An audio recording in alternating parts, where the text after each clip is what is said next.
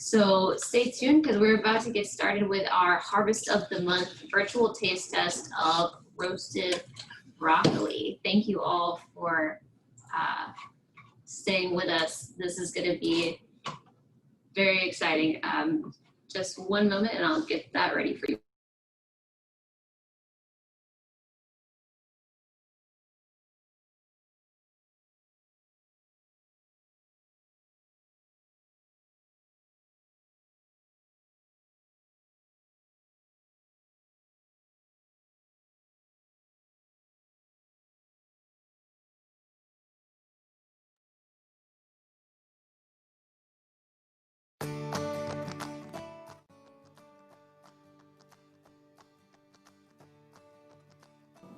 Today I'm surrounded by some broccoli with tight florets, an even color, and no yellow discoloration like this has. Tomorrow I'm going to blanch a bunch of broccoli, and then I'm going to store it in the refrigerator to use in my meals all week. Broccoli is a cruciferous vegetable that falls in the dark green vegetable group on the USDA MyPlate. Since it's recommended that we eat about 1.5 to 2 cups of dark green vegetables each week, it's good to know many ways to fix broccoli. Broccoli is rich in nutrients, including carotenoids. Carotenoids supply vitamin A, but they also act as phytonutrients that reduce risk of chronic disease. It has vitamin C, E, and K, folate, minerals, and dietary fiber. To prepare broccoli for blanching, trim the very bottom of the stem because it might be tough.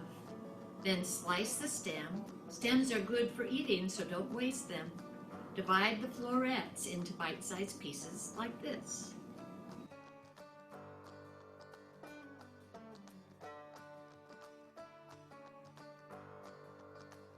My daughter Maggie did a broccoli blanching science experiment in middle school, so I can confidently say that this is the best way to blanch it. Bring water to boil in a medium-sized pot like we have over here on the stove. Prepare an ice bath. Add salt to the boiling water because salting the water for boiling or blanching vegetables speeds up cooking and minimizes nutrient loss.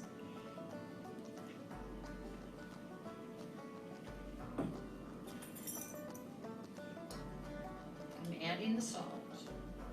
I'm adding the broccoli.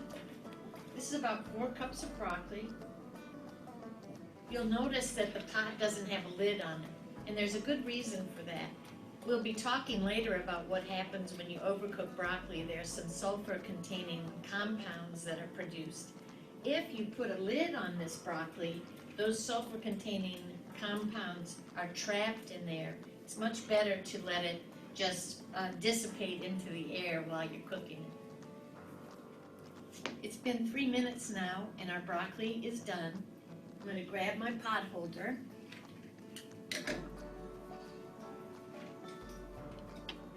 and take the broccoli over to the sink to drain it in the colander.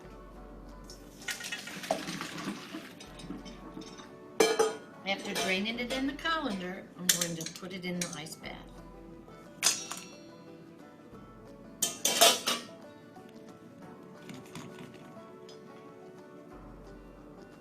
Notice the bright green color, that's the chlorophyll. This quick blanch is a good way to avoid some of the problems that can occur when you cook broccoli. Overcooking, as I said, can cause the release of sulfur-containing compounds that, while very good for you, have an unappetizing odor. The attractive bright green color that is revealed when you blanch broccoli can also change to an olive green pigment about the color of my shirt, called pheophytin, if you overcook the broccoli. That same color change can occur if you add an acidic ingredient, so don't overcook broccoli, and if you're going to put a squeeze of lemon or add some salad dressing to your broccoli, do it right before you serve it. If you want to eat the broccoli when it's warm, you can reheat it. Some ways to reheat it include roasting it or sauteing it, or stir fry it in a little bit of sesame oil. It's totally yummy, as my daughter would say. Take the blanched broccoli florets and place them in a muffin tin on top of a small amount of corn muffin batter, then top with more batter and bake them and make our upstanding broccoli corn muffins. Another example of this broccoli and corn companionship is our Harvest of the Month broccoli corn casserole. Okay. What I like to do is put some broccoli into a storage container and store it in my refrigerator, and then it's ready for anything I want to do. Last night I tossed blanched florets into my potato salad. Last week I tossed some into some pasta, and it's delicious to add to a quiche with a little garlic to take it to the next level. At breakfast, add florets to scrambled eggs. There's so many ways to add this great vegetable to meals. This is why I recommend that you blanch a bunch of broccoli next chance you get.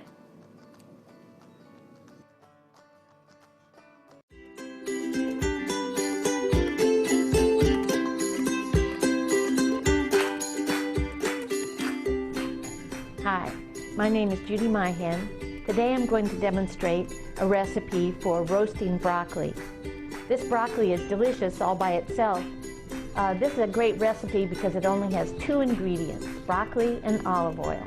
The equipment you'll need is a cutting board, a knife, a measuring spoon, a cooking sheet, and a bowl to toss the broccoli and olive oil together. We've preheated our oven to 400 degrees. Now we're going to wash and trim the broccoli and cut it into florets.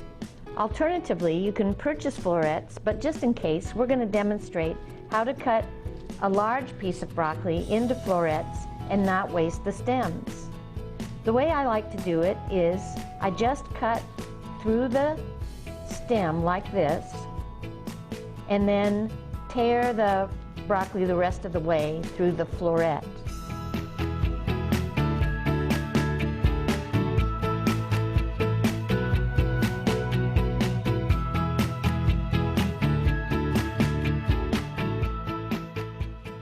Once you've done this with all of the broccoli, place it in a bowl and toss it with 2 tablespoons of olive oil for every 4 cups of broccoli.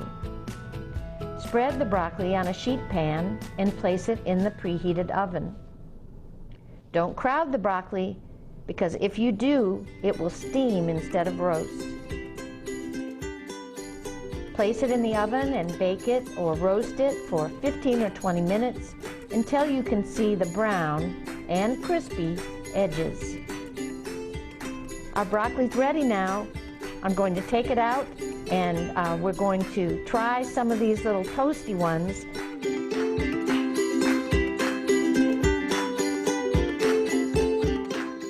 And there we go with another super Louisiana Harvest of the Month recipe. See you again next time.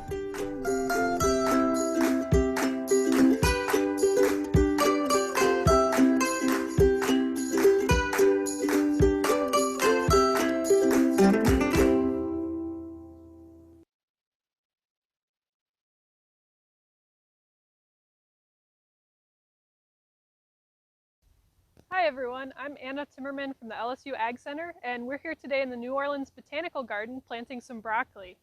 Broccoli is a great cool season crop for all of Louisiana, and this is a bed that was just recently transplanted. Now you can start with either healthy transplants like this for your broccoli, or you can grow your own with a seed packet of broccoli seeds and start them in a nice container like this full of potting soil. These are probably about 5 weeks old, and now they're at a size where they can be safely transplanted into our garden. This is a raised bed with some good quality garden soil. You see how nice and dark that is? Broccoli likes a nice, well-draining garden soil. We prepared this bed by adding some compost and some all-purpose fertilizer. LSU has a vegetable planting guide available online that gives fertilizer rates for all your common crops. These transplants are spaced correctly, 18 to 24 inches apart throughout the bed. Broccoli is a cold crop, so it prefers cooler weather to grow. We don't typically grow it in the summertime here in Louisiana. We can actually get 2 growing seasons depending on where you are in the state. September into October and November is the perfect time to plant some broccoli in your garden. Here we are in the kitchen garden, where we have a variety of cole crops, but this is where our broccoli is. You can see they're spaced out 18 to 24 inches apart in this raised bed. And you could also grow these plants in a 5-gallon container like a pot or a 5-gallon bucket with holes drilled in the bottom. Again, make sure you use a good quality garden or potting soil to do that. These are at a growing stage where they could be side dressed. Broccoli likes a little extra fertilizer throughout the growing season, and by side dressing, we mean digging a small hole next to the root zone and adding several tablespoons, depending on what fertilizer product you are using, directly into the soil, covering it back up, and that's right there for the plant to take up and use. You can see this bed is mulched to help keep our weeds down, and in this case, we have used pine straw.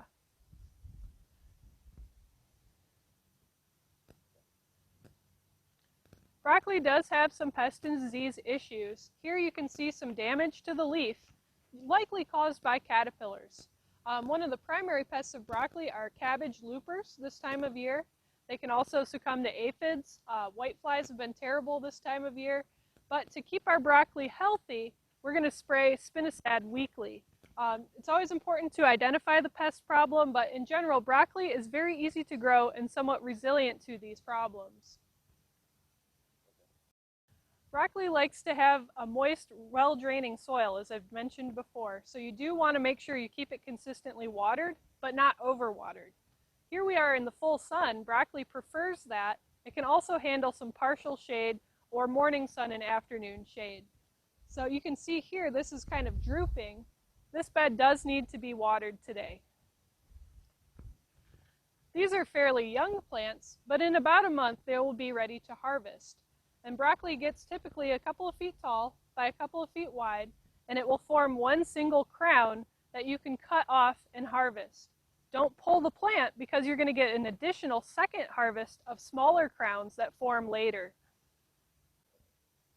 If you like a constant supply of broccoli, there's a special variety called broccoli raab, and that's spelled R-A-A-B, that you can cut and harvest over and over again because it sends out very small heads that can be chopped up and used like you would a larger head of broccoli.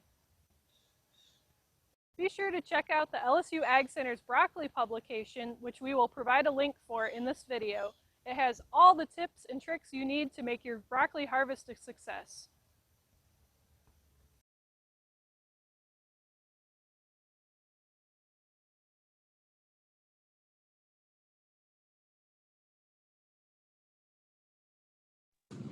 Great.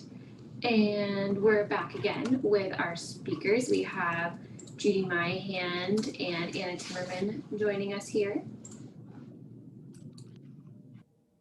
And we have a few questions about broccoli and cole crops as well. So thank you, thank both of you for joining us and for your really helpful videos.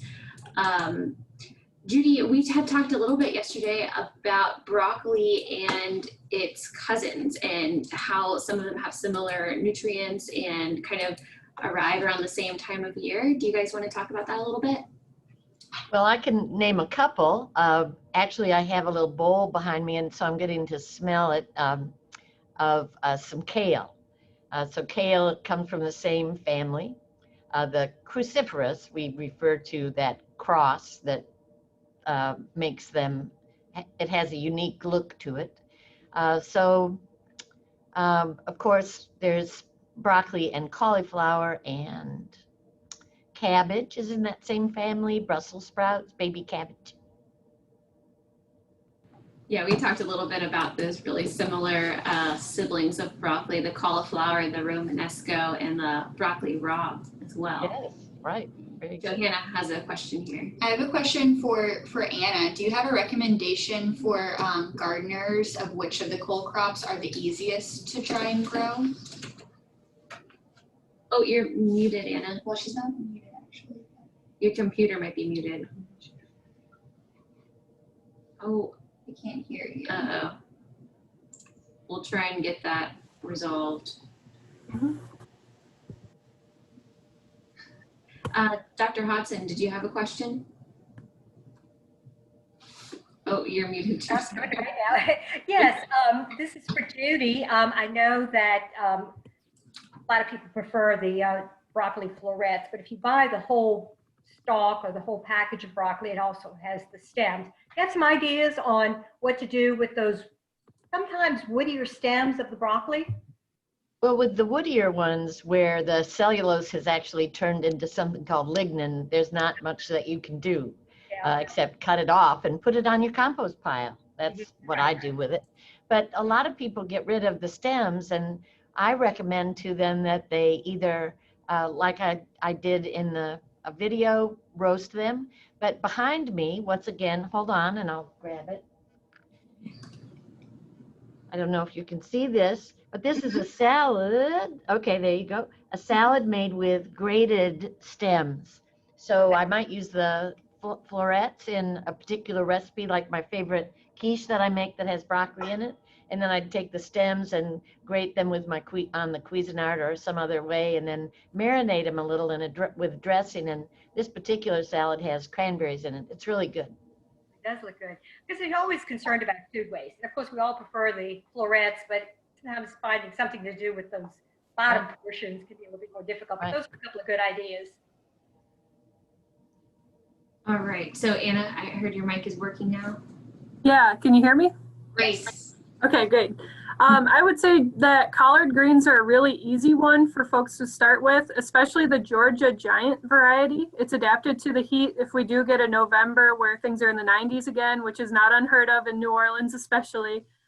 That's a really easy one to start with. Mustard greens are also very easy also, so give them a try. Yeah, I feel like broccoli is one of those things, according to our seasonality chart, that depending on where you are in the state and how the weather is that year, you're either just planting it now, or there's a chance you might be able to find it, almost ready to harvest by the end of this month, particularly. Yep. Yeah, so you saw in the video, we're just now planting it here. So Judy, you mentioned some corn muffin broccoli recipe. That sounded delicious. And it's so much fun. We call it the upstanding broccoli corn muffins because the broccoli stands up, and kids love it. There is a video somewhere out there of me talking to Healthy BR about how to make it. It's nothing more than just sticking some broccoli into the pan when you're making corn muffins. Really easy. And you want to, I usually blanch the broccoli just a little bit before I put it into the muffin, just because that ensures that it's somewhat tender when the muffins are done. It's delicious. It's delicious. The tips that you gave us earlier for blanching the broccoli, so that's how you prep it before you do most recipes. Just about anything, right. What about like raw broccoli recipes? We were just talking here a little bit about, shaving down the stems, but can't you make some great raw broccoli recipes too? You can. I think the reason that I don't just think this, I know this. The reason that I blanch broccoli before I use it in just about any recipe, even one where I'm just going to blanch it for maybe 30 seconds, and I'm going to see if I can put this on the camera for you. Broccoli looks grayish because of air that is extracellular air. And if you blanch it for just 30 seconds even, that air disappears and you get a bright green color that's much more attractive. That visual aspect of food that we talk about all the time when things look a little bit better. So hold on just a second. The teacher. Live from the test kitchen. Okay, yes. Okay, so here is the fresh broccoli. Notice that it's kind of grayish looking. And then here's some of the broccoli. Oh, there you go. That I blanched for just 30 seconds. So I knew that this question was going to be asked. So even if what you're going to do is use it for dip, it's best to blanch it just a little bit before you offer it. And people will find it more attractive, I think. Great. Yeah, I was thinking a little bit about broccoli slaw. I noticed maybe sometimes after a few days in the fridge, it starts to get that kind of blackish color on it. Right, and that's something that you can eliminate by the blanching process. So this slaw that I showed you a second ago, which of course doesn't have florets in it, it's just, We blanched those stems before we grated them, but not for very long, just long enough to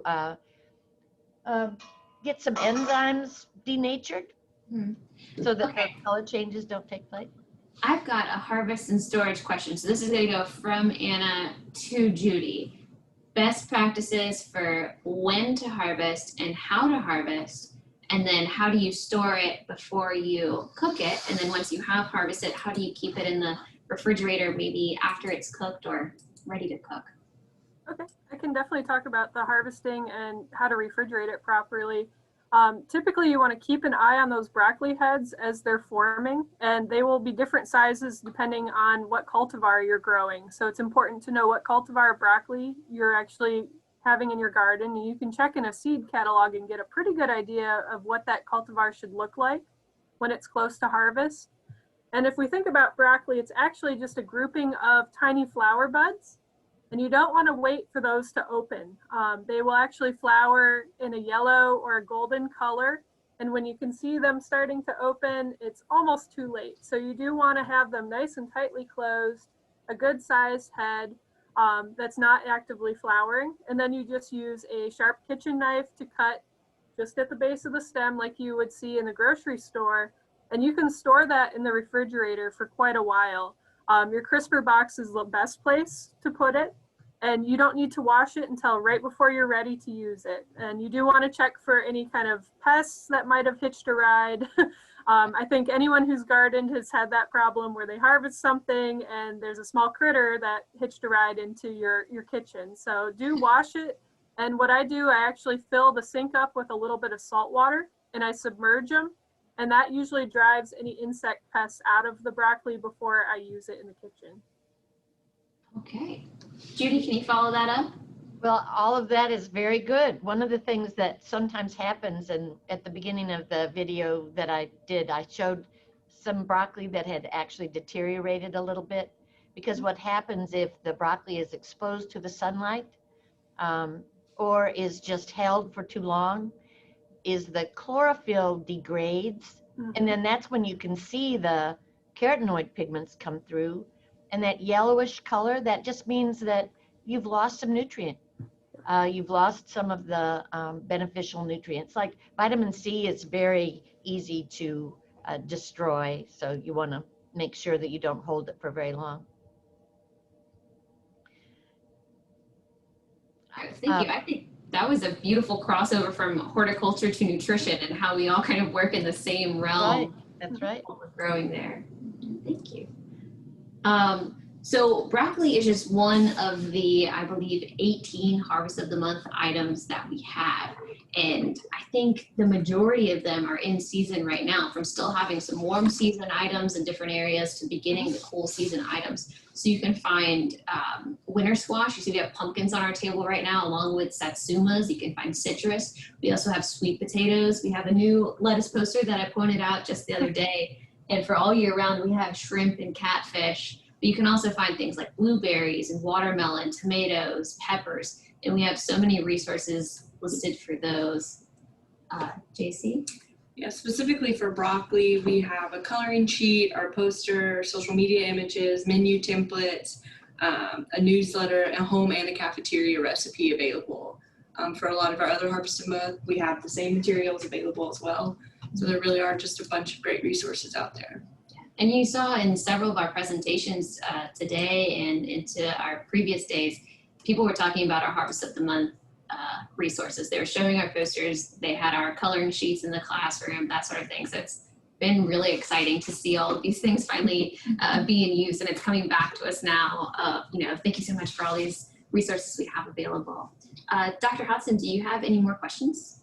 Well, I guess it's a question for Anna. A lot of people over my way, I live over on the North Shore, are into vegetable gardening. And so when you visit the nursery trying to find cauliflower or broccoli plants, they're gone. I mean, sometimes the nursery owner tells me that the plants are sold as they're being, actually delivered from the truck or put on display.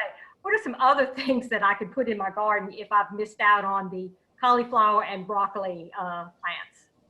Yeah, that seems to be a trend as more people are into gardening since COVID started, and we're seeing that nationwide.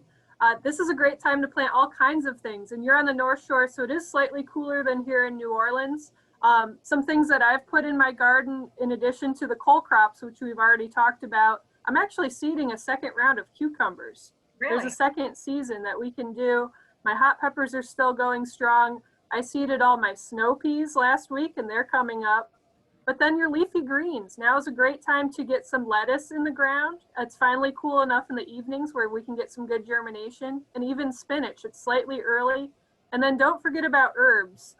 Fall and the cool season is a great time to grow things like dill and cilantro. You can put anything like rosemary or thyme, some of our more perennial herbs in right now. So definitely make that trip to the garden center and see what they have left, because we're seeing that here too. And then make sure you check out the seed packets, because a lot of that can be started directly from seed, like radishes, turnips, all of that can go in, beets, carrots, right now. Okay, good. Because I know some things at this time of year, it's usually transplants, but sometimes you can do with the seeds, like you say, direct seed. And it's early enough where even if you wanted to seed your own cole crops, you could do so. You know, kale is extremely easy, mustard greens, collards, and it's not really too late to get that broccoli and cauliflower started in a flat to put in transplants later if you wanted to do it yourself. But I wouldn't wait too much longer. Yeah. Okay, thank you, Anna. Great. Thank you, guys. Yeah, so just a reminder that as part of the Farm to School Challenge, it's not just potentially doing a Satsuma peel, but it's also featuring some other Harvest of the Month item, which we have these resources available. A reminder again that our survey will be distributed to you all tomorrow with also another link to the program. And that we have sent a recipe for broccoli corn muffins in the chat as well. So if you're looking for a recipe there. A huge thank you again to you all for joining us. Thank you to our attendees for participating. We've really loved having you all here, and hope that you have enjoyed our first virtual conference. And a big thanks to our steering committee for helping us put this together, and all of our speakers for taking the time to make these videos for us and to join us for our live Q&A. It's been a very exciting ride here. Any more final announcements? That's the end of our 4 days, our what was it, 9-10 sessions all together. Yeah, virtually everywhere. Virtually everywhere. This has been across Louisiana, and we've had people not only from other states, but other countries join in too. We've had Rhode Island, Michigan, Oregon, the Bahamas, everybody here today. So thank you guys so much. And if you would all like to say goodbye, I think we're gonna close it out. Right. These recordings will be posted and you guys will be the first to know via email. See you later. Bye.